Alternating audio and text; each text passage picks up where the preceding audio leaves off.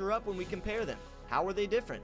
And do they agree on anything? But first of all, what makes our two candidates who they are today? Donald J. Trump is a native New Yorker who obtained a degree in economics from the University of Pennsylvania and then took over his father's real estate business in 1971, aged at just 25 years old. Since then, he's expanded the business to include building and renovating skyscrapers, casinos, hotels, and golf courses, making Trump a household name. Not limiting himself just to real estate, he was the previous owner of the Miss Universe pageant, the host of a reality TV show known That's kind of cool.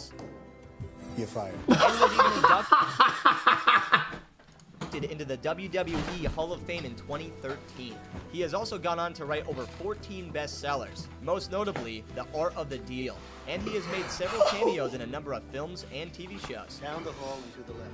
But in the year of 2016, he ran for president in what is widely considered to be one of the most surprising and divisive elections in American history. And he won. This was much to the surprise of the political analysts and the mainstream media, who initially didn't take his campaign seriously. And up until results day, they were adamant that he would not win. He's the first president to never have served in the military or hold a government position prior to the election, and is also the oldest and the wealthiest president, even when adjusting for inflation. During his presidency, he made several controversial decisions, such as withdrawing from the Paris Climate Agreement and imposing a travel ban on certain Muslim-majority countries, as part of a crackdown on the terrorism scheme. However, he did deliver on his promise to help veterans by securing $73.1 billion for the Department of Veterans Affairs to go to providing quality medical care, and not to mention, it was his administration that was responsible for liberating ISIS territory in Iraq and taking out their leader, Abu Bakr al-Baghdadi. Joe Biden. He was born in Pennsylvania in 1942 and started life as a lawyer with a degree from Syracuse University before becoming the senator for Delaware in 1973. Then he was fully molded. The youngest senator in history and served for 36 years before becoming Obama's vice president in 2009. Having served for so long means that Biden has been involved with many pieces of legislation. One of his most significant acts as a senator was drafting the Senate version of the 1994 crime bill, the largest crime bill in the United States history, which included a ban on certain semi-automatic firearms, as well as creating new death penalty offenses. It also included the Violence Against Women Act, which Biden considers to be the most important piece of legislation he has ever passed. He also wrote the laws that created the drug czar, the guy who directs drug control policies, and introduced the RAVE Act, which aimed to help prevent the spread of date rape drugs. And in the year of 2000, he fostered partnerships with private companies to provide internet access, computer centers, and technical training to at-risk youth with the Kid 2000 Act. But let's face it, politics in general have become less about what candidates do and say, and more about how they carry themselves and their personalities. As we become a more media-consuming society, it seems that all that matters is who can promote the most, or who can be the most controversial. So how do their styles differ? Donald Trump is undoubtedly the bigger of the two characters, and his unique and abrasive style has divided the nation, Mr. President. setting him apart from any other presidential candidate. Using a brash and sometimes rude manner, Trump seeks to unsettle his opponents by playing by his own game, without telling anyone the rules. However, there seems to be something about his manner that certain voter bases find appealing, possibly due to it being so different from what one would expect comes, no debate. shit. He often labels his opponents the establishment, simultaneously aligning them with the mess that people perceive politics to be nowadays. And he paints himself to be an outside force that is gonna make changes. During his campaign, he uses simple positive slogans to convey his perspectives. And even if you aren't into politics, you've definitely heard at least one of these before. Make America great again. Build the wall. Or America first. Even so, Trump's strength is also his weakness, with many finding his methods to be immature and offensive, thus making it harder for him to break through to new voters. Alternatively, Biden's style is more conventional. He's known to be a talker and is quite easygoing, which many find appealing. He makes an effort to show that he has faith in the voters, directly addressing them and kinda telling them scary. to vote, as he did several times throughout the first presidential debate, not wanting to be dominated by Trump's personality. During this debate, Biden let out a few outbursts, like the now much meme, How? Well, he find appealing. He makes an effort to show that I don't know. There's something unsettling about this picture. I don't know why. Just I feel like with a little bit of editing, I can make it scary. he has faith in the voters, directly addressing them and telling them That's to vote, creepy, as he Joe. did several times throughout the first presidential debate, not wanting to be dominated by Trump's personality. During this debate, Biden let out a few outbursts, like the now much meme, "Will you shut up, man?" Will you shut up, man? Showing there's some bite in him, despite being the older of the two. His campaign builds upon the divisiveness that Trump has caused, and it appeals to the voters that have been alienated by using anti-Trump sentiment in taglines like, "Together we can make Trump a one-term president."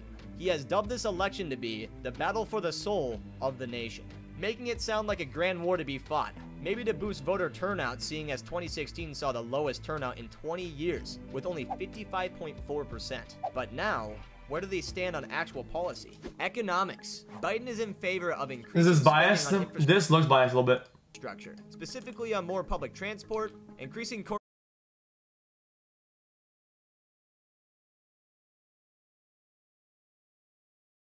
tax and the tax rate for those whose income exceeds $1 million, and Is raising it? the minimum wage to $15. Everything is biased though. On the other hand, Trump opposes a nationwide minimum wage, saying it should be left up to the states to set their own. In 2017, he implemented the Tax Cut and Jobs Act, which reduced corporate tax to 21%, and continues to be for fewer regulations in favor of being more business-friendly.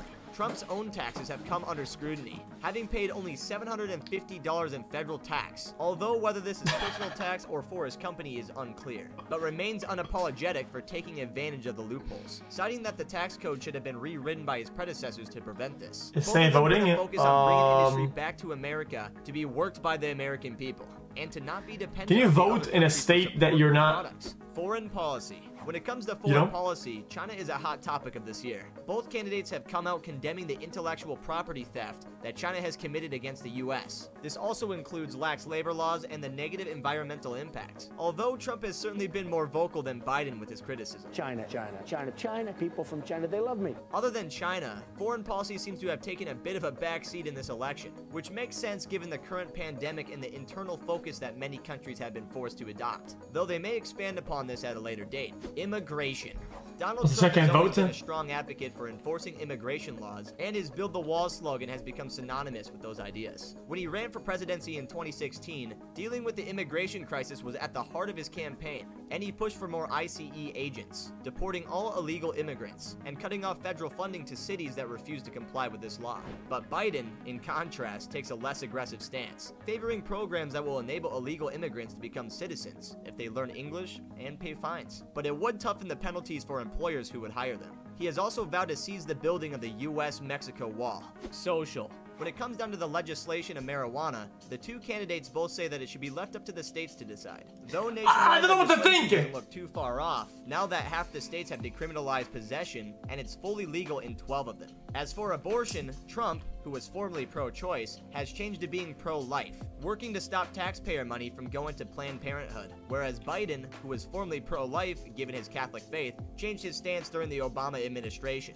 His current policy would be to stop state laws that deny women the right to have an abortion, and do away with parental notification requirements, mandatory waiting periods, and also ultrasound requirements. Handling the pandemic. Trump has received a lot of criticism for his handling of the pandemic, keeping information from the public earlier in the year as to avoid a panic, and focusing on reopening the economy whilst case numbers continue to rise. In the debate, Biden blames Trump for the 200,000 deaths that have occurred in the US, to which Trump on the other hand responded that if Biden had been president, it would have been more since he wouldn't have closed the borders for travelers from China. When Trump banned travel from This China chat, in dude, late January, guys, Biden said I that don't it know was what I was thinking, dude. Let's just finish the video, dude.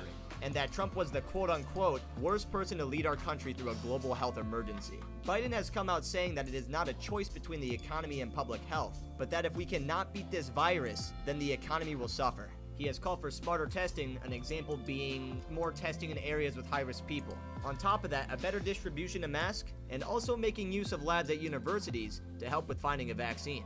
The presidential debate.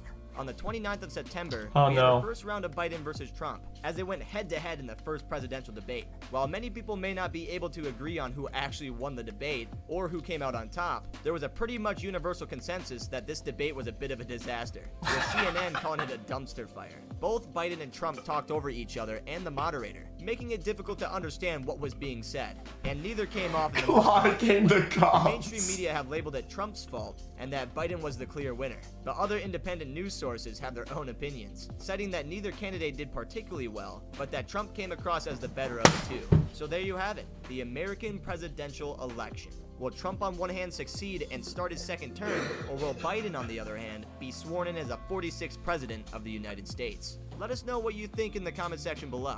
Other than that, that's going to be it from us here at WatchData. If you did end up enjoying this video, then make sure to leave a like, hit that subscribe button, and the bell to be notified when we upload next. And while you're at it, go ahead and check out some of the other content on our channel. Thank you for watching, and we'll see you next time.